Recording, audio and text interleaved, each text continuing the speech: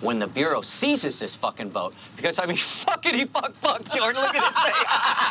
It's beautiful. You get the beautiful girls there. It's wonderful. All right, get the fuck off my boat.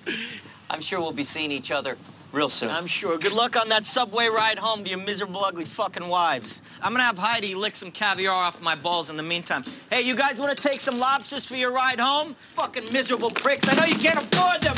Fucking cheap fucks. Fucking miserable pricks. Hey, fellas! Look what I found in my pocket! Look! A year's salary right here!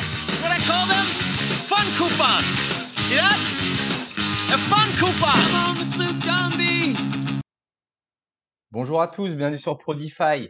Semaine assez calme puisque on est globalement à l'équilibre sur cette semaine. On va voir en détail les différents tokens du portefeuille. C'est vrai qu'il y a eu une grosse annonce mardi qui était le CPI par Jérôme Powell. Les chiffres étaient plutôt bons. Le marché n'a pas trop réagi, n'a pas dumpé mais n'a pas pumpé non plus. Après la très bonne semaine de la semaine dernière, là on est plutôt en train de un petit peu de latéraliser, ce qui est logique puisque quand il y a un gros pump, faut que effectivement, le momentum se calme un peu avant de poursuivre une hausse. On va pas monter comme ça 4 semaines de suite, sachant qu'on n'est pas encore pleinement en bull run, c'est-à-dire il n'y a pas assez de liquidité qui rentre encore sur le marché. Donc voilà, on est globalement haussier, mais c'est vrai que c'est plus comme ça des petits étages, notamment Ethereum qui avait énormément pumpé et là qui stabilise un petit peu. Ça ne change pas la tendance long terme, mais c'est vrai qu'à court terme, des fois, il y a une petite pause. Ce qui a également bien aidé la semaine dernière, c'est la Bitcoin dominance. Évidemment, j'enchaîne sur le graphique en weekly. La semaine dernière, on a eu une énorme bougie rouge de la Bitcoin dominance. Et cette semaine, alors on a un peu baissé en début de semaine et on est remonté en fin de semaine. On est actuellement à 63% de Bitcoin dominance. On voit qu'on est encore au-dessus de la trendline bleue, qui est cette fameuse trendline haussière. On était largement au-dessus. Là, on est en train de la travailler, grosso modo, cette semaine. On peut pas encore vraiment dire qu'il y a un retournement de tendance puisqu'on aimerait bien avoir un gros M en weekly et puis vraiment casser la ligne bleue pour vraiment dire qu'on est sur une baisse de la dominance. Mais bon, c'est déjà positif. Il y a eu un bon mouvement sur les altcoins.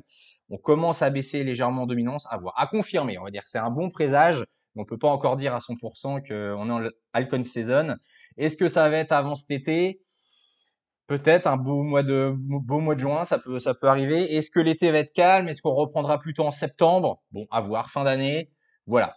Grosso modo, on devrait avoir quand même une altcoin saison avant la fin de l'année. Après, est-ce que ça va être fin du printemps, pendant l'été? En général, c'est calme. Est-ce que par surprise, ça va arriver en plein été pendant qu'il y a moins de monde? Plutôt fin d'année. Bon, après, j'ai envie de vous dire, on n'est plus à 1 ou 2 mois près. Vu ce qu'on a traversé, on va attendre sagement. Et on verra que les signaux sont quand même plutôt bons. Mais je vais vous expliquer ça puisque cette semaine, on va voir la fameuse analyse on-chain, voir un peu les indicateurs, voir où est-ce qu'on en est. Avant, un petit point de portefeuille rapide. Écoutez, pas de gros changements. Tao toujours premier avec 17% du portefeuille. Fetch deuxième, 10,7% du portefeuille. Render ferme la marche du podium avec 7,2% du portefeuille. Et voilà, pas de changement dans les trois premiers. On voit que Kaspa fait une belle semaine, plus 18%. Donc Kaspa revient cinquième du portefeuille avec 6,4%. Les mauvais élèves sur 7 jours, on a Veracity, moins 18%, Peace Network, moins 17%, Spectrum, moins 14%, Tarasca, moins 12% et Trias, moins 12%. Et après, dans les bons élèves, on a le Syrup, ancien Apple, qui s'appelle maintenant Syrup, plus 46%. Le Vodjak, plus 30%, Centrifuge, plus 22%, NXERA, 19%, et Kaspa, on le disait, plus 17%. Alors là, on voit que sur le top 5, il y en a 3, c'est des RWA. Là, les RWA font une super semaine, ils ont l'air de se réveiller. Plusieurs semaines, j'ai dit qu'ils étaient un peu mous, mais là, plus 45, plus 20 et plus 19, là, ça a été la semaine des RWA. Est-ce qu'on va avoir une mini-hype RWA, avec notamment des investissements de BlackRock sur Rondo? On va voir, mais en tout cas, le secteur, là, sur cette semaine, pump bien, bon, à confirmer. Est-ce qu'une semaine, c'est pas assez pour indiquer une vraie tendance, mais si pendant 2-3 semaines on a une une augmentation de ces tokens-là, on suivra, bah, pourquoi pas, petite remontada des RWA, sachant qu'on a quand même, voilà, 2,5% en Maple, enfin en syrup, je dis toujours Maple, mais c'est syrup, 1,9 en centrifuge et 0,2% du portefeuille en XRA. Donc voilà, en réuni, ça fait quand même aux alentours de 5% du portefeuille. Donc là, on le voit pas, mais on a le Clearpool également qui est en RWA et qui est dans le portefeuille. Donc on a environ 5% du portefeuille en RWA. Donc bon, s'il pouvait y avoir une belle hype sur ce domaine, bah écoutez, on prend, hein, parce qu'on a quand même quelques tokens dans le portefeuille. Donc là, on est sur le Bitcoin en weekly. Je voulais vous le montrer puisque la dernière vidéo où on a fait de l'analyse on-chain, c'était il y a 7 semaines. Hein. Donc si on fait 7 semaines, 1, 2, 3, 4, 5, 6, 7, voilà, on était dans le plus bas, vous savez, les fameux 60, entre 70 et 80 000, on était dans ces eaux-là. Et on avait fait l'analyse on-chain et on avait vu, parce que là, tout le monde flippait un peu hein, quand on était voilà, fin mars 2025, tout le monde disait, est-ce que c'est le retour du bear market si on casse les 70 000? Enfin, tout le monde se posait des questions, c'était un peu la flip. Hein. Le fear and greed était très très bas et nous on avait vu qu'on-chain, il n'y avait pas d'indicateur, bah fallait confirmer, mais plutôt on-chain c'était plutôt neutre, voire encore en boule. Donc pas d'inquiétude, on s'était dit que sans doute ça allait rebondir. Bon bah écoutez, c'est plutôt pas mal analysé. On voit qu'on a eu un beau pump puisqu'on est passé là, on est quasiment à l'ATH, on est à 103 000 sur Bitcoin quand je tourne la vidéo. Donc on est au même niveau en clôture que l'ATH. Après les vrais mèches d'ATH, c'est aux alentours de 109 000.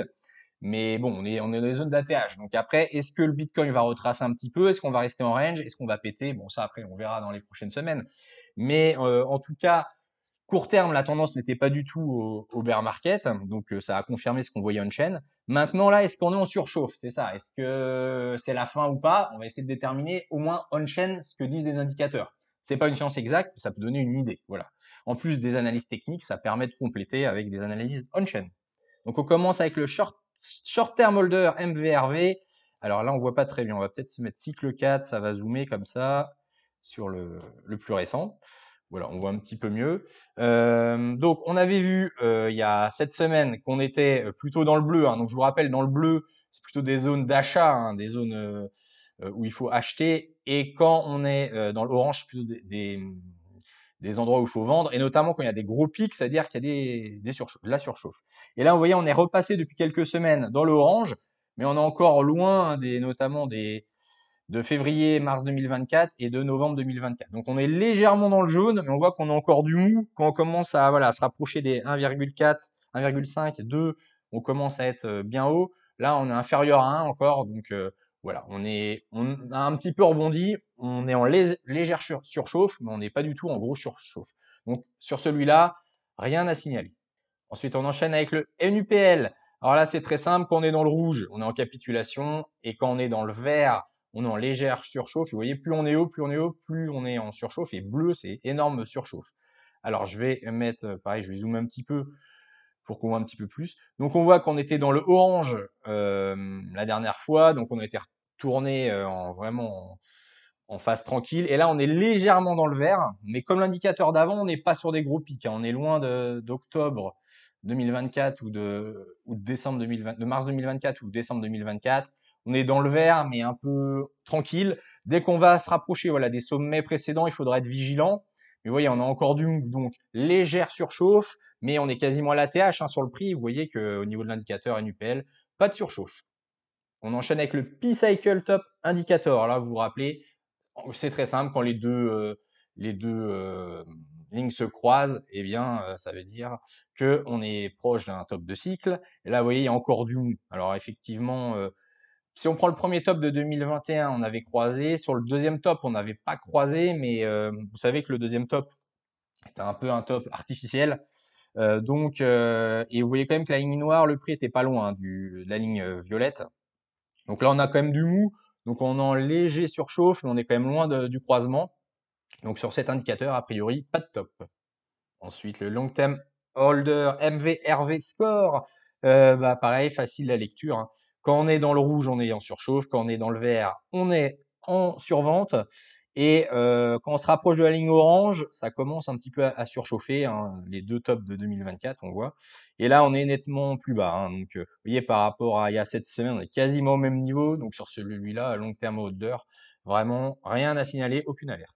Rodel ratio, c'est pareil. On peut soit regarder les couleurs en haut ou en bas. Je trouve qu'en bas, c'est un petit peu plus, on voit un petit peu mieux. Donc pareil, quand on est dans le rose, on est très en surchauffe. Orange, on est un peu en surchauffe. Et après, bleu-vert, on est en capitulation ou en léger survente. Et là, on voit qu'on était un peu dans le vert. On est un tout petit peu dans le orange, mais vraiment très, très, très léger. Donc sur le Rodol Ratio, pareil, rien à signaler. Sur le Bitcoin Funding Rate, donc c'est l'argent que vous payez quand vous êtes sur les contrats futurs. Là, vous êtes payé à shorter et quand c'est rose, vous êtes payé à faire des longues. Et en général, vous voyez, il y a des grandes mèches vertes quand on est sur des tops.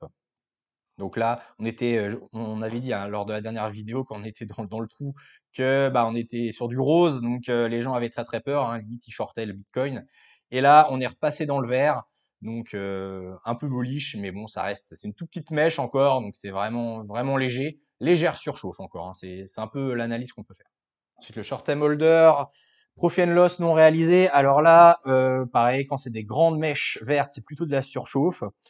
Et là, on était dans le rose, on est repassé dans le vert ces dernières semaines, mais vous voyez, on est encore dans des niveaux relativement, voilà, légère surchauffe. C'est vraiment le thème là de la vidéo, c'est qu'on est en légère surchauffe, mais pas vraiment d'indicateur de top encore. Hein, donc, soyez tranquille. En tout cas, on-chain, on surchauffe légèrement, mais c'est quand même léger.